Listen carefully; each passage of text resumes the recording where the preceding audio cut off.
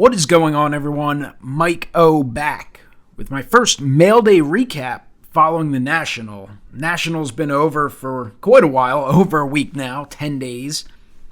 But finally getting to my first mail day recap.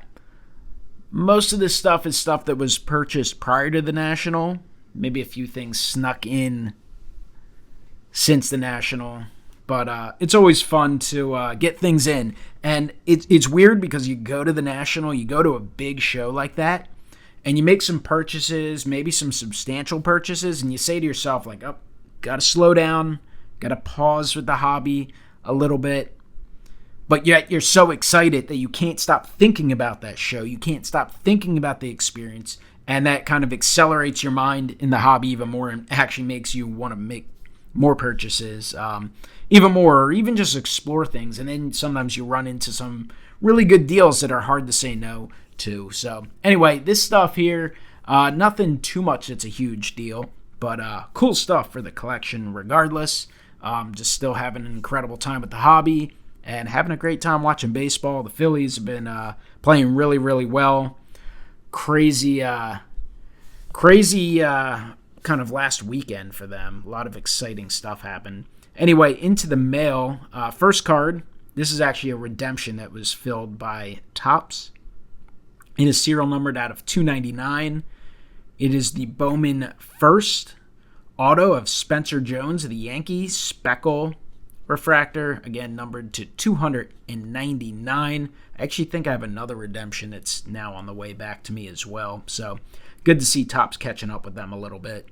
And the plan going forward is to hopefully eliminate redemptions. We'll see. I think that'll take a while to implement, but better than just adding more and more redemptions. So Spencer Jones, this is like a $250 to $400 card. I think price has been all over the place, which is kind of crazy, but a lot of people love the prospecting game. So nice to get that back. On to some PC pickups, which is going to be very Philly related. So this came in. This is from the Topps Now Road to the Show set they put out. I think this is 2022 version. So they were taking forever getting some of these out. And again, that's not necessarily Topps' fault.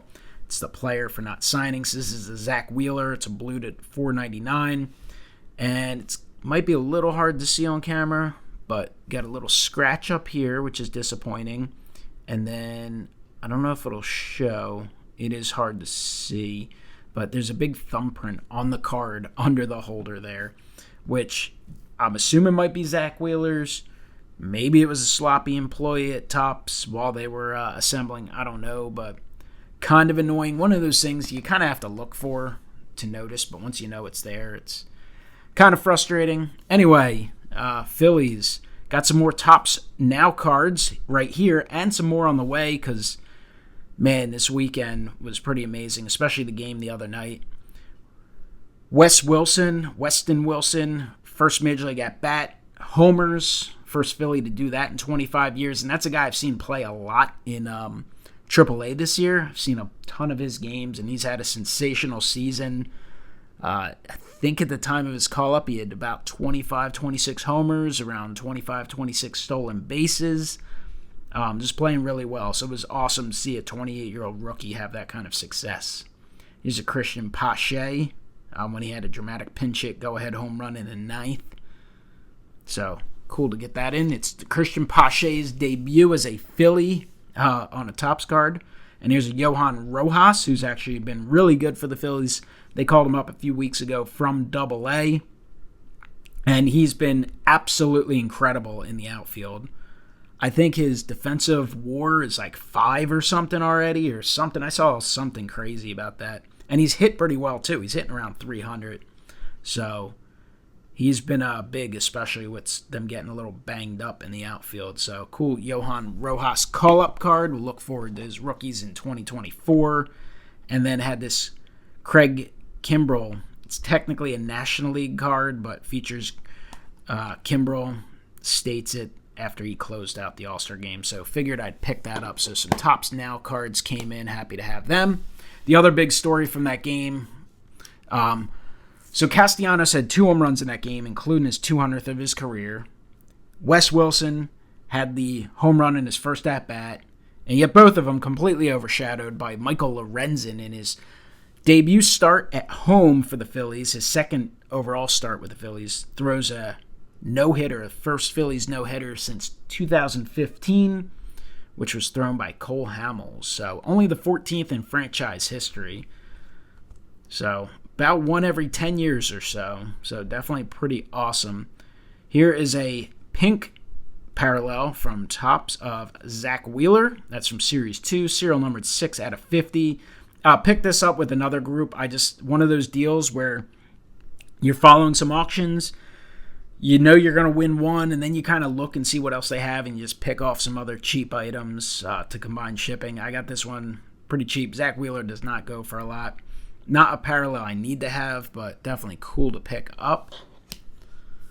Then I seek this one out. I think this parallel is really cool. I forget if this is called a hyper, whatever Panini calls their parallels, but just crazy great shine. Chuck Klein, Phillies legend, Hall of Fame Phillies outfielder Chuck Klein, 320 career hitter with 300 home runs. So Prism does have some cool stuff to add to the collection, and I'll look to add, maybe a few more different color parallels if I find them cheap enough. This was actually a bonus. This is the opening day parallel from Topps 206 Low Series. This was thrown in with the purchase I made, so I'm like the only person out there buying Josh Harrison Phillies cards. This is the super short print golden mirror image variation needed for the Phillies set. Series 2 have been very hard to come by. I purchased this 1 day before he was designated for assignment and then released the following day. So had a little run with the Phillies. He was actually in 2020.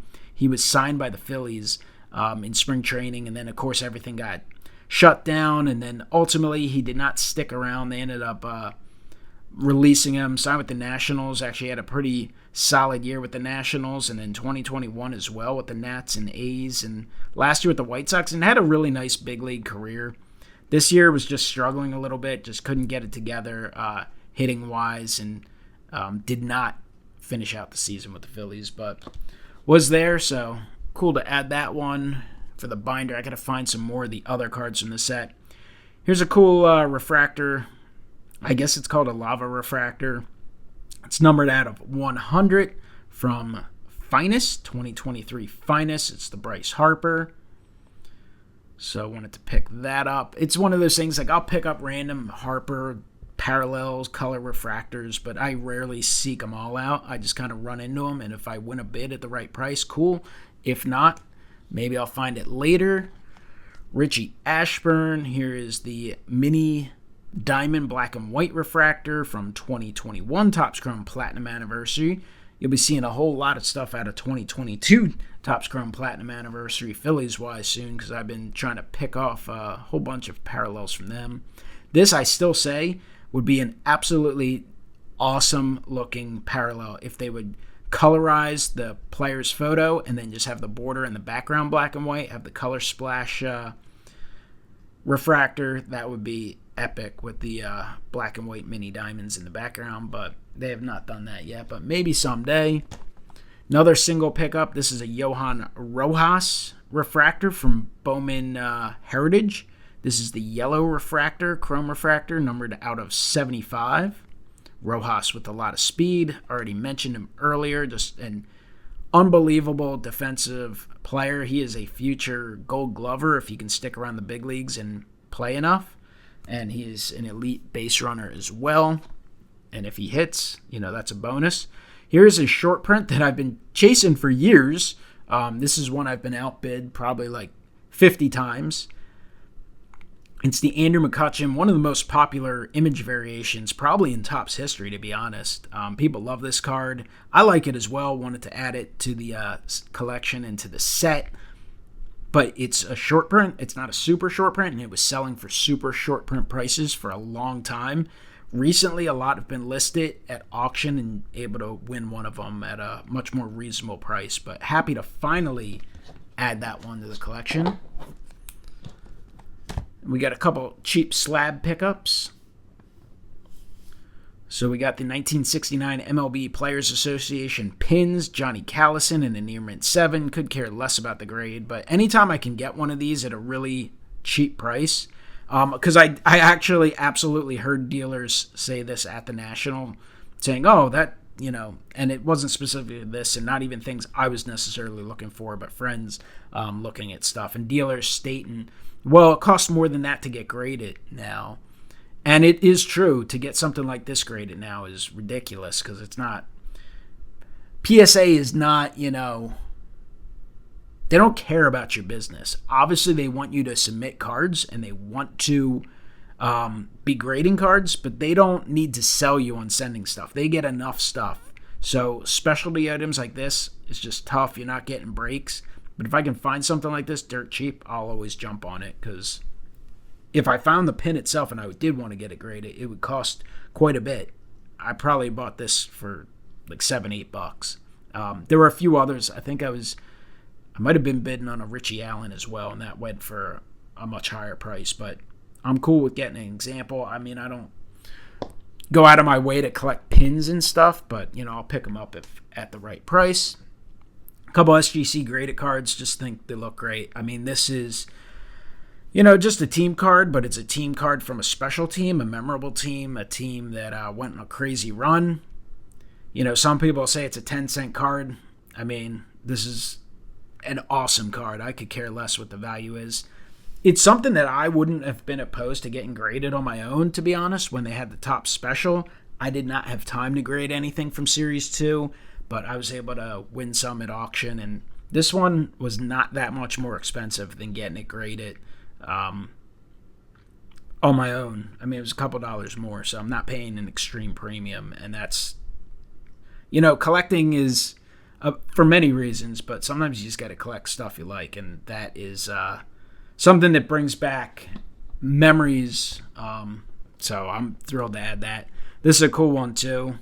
This is just a checklist card. This one was dirt. This was one where the guy who got it graded actually lost money, but it was a combination of stuff, combined shipping. But Bryce Harper, and I'll always collect slabbed Harper stuff. He's there with Brandon Marsh. And again, celebrating a victory after, I believe, Game 4 of the NLCS when the Phillies eliminated the Atlanta Braves.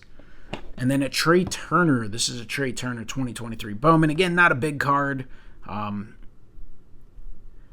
I think I might have won this one for like $5, honestly. So a 10, $5. One of those types of cards, if someone listed up there at a buy it now price of $25, they might eventually sell it. You put the card like that at auction, you are risking things quite a bit. I was able to grab it. It's not something I would have paid a ton for, but, I'm not going to turn it down at that price, especially with combined shipping. Here's a cheap insert card. Donner Studio Heritage Series, Darren Dalton, wearing the old school 40s style Phillies jersey, which is a version of what they actually wear now, one of their alternates. So that's a cool little insert. Then I picked up this all-time Phillies set from TCMA in 1986. Just a cool little set. TCMA has some fun stuff. I mean, you can buy it pretty cheap, but Tony Taylor, Don Hurst, Richie Allen, Larry Boa, Danny Ozark, Jim Constanti, Chris Short, Grover Alexander, Spud Davis, Del Ennis, Richie Ashburn, and Chuck Klein. So cool little set there. I actually wish Topps would put out, and they'll never do it, I actually think it'd be awesome if Topps put out some giant set. If they wanted to do something big and make it maybe exclusive to like team New Era stores or whatever the stores, the team stores in the stadiums, put out a 500 card Topps set. 500 card set for every team. Maybe some of the newer teams you got to reduce a little bit, but like with like literally the top 500 players / most popular players in team history, I think that'd be awesome. Who knows how many people would be interested in it, but you could do cheaper paper stock, and I think a lot of people would go for it. And then the final pickup, this one I picked up, I don't know if Ed, a.k.a. Wesker Griff, member of the community, knows, but me and him are in a battle for who can build the best Von Hayes collection. and was able to add this one. This is a King Bee Quality Meat Snacks, second annual collector's edition, Von Hayes. So that's from 1989. And I mean, come on, how do you not enjoy having a Von Hayes card in your collection? Super fun pickup. And that's the kind of stuff, again, not an expensive item. Super fun. It is nostalgic. This is one of those pickups that, is cheap, it's fun, puts a smile on your face, and that's a great way to collect. So that is it for today's Mail Day. Appreciate you watching. Comment below. Let me know what you think of the pickups. Do you have a favorite? Do you have something that you enjoy collecting? What kind of stuff do you like to pick up that just makes you happy? It's not a high-pressure pickup. You're only spending a couple bucks, but you're getting a whole ton of enjoyment out of it. Let me know down below, and I will talk to you next time. Have a great one.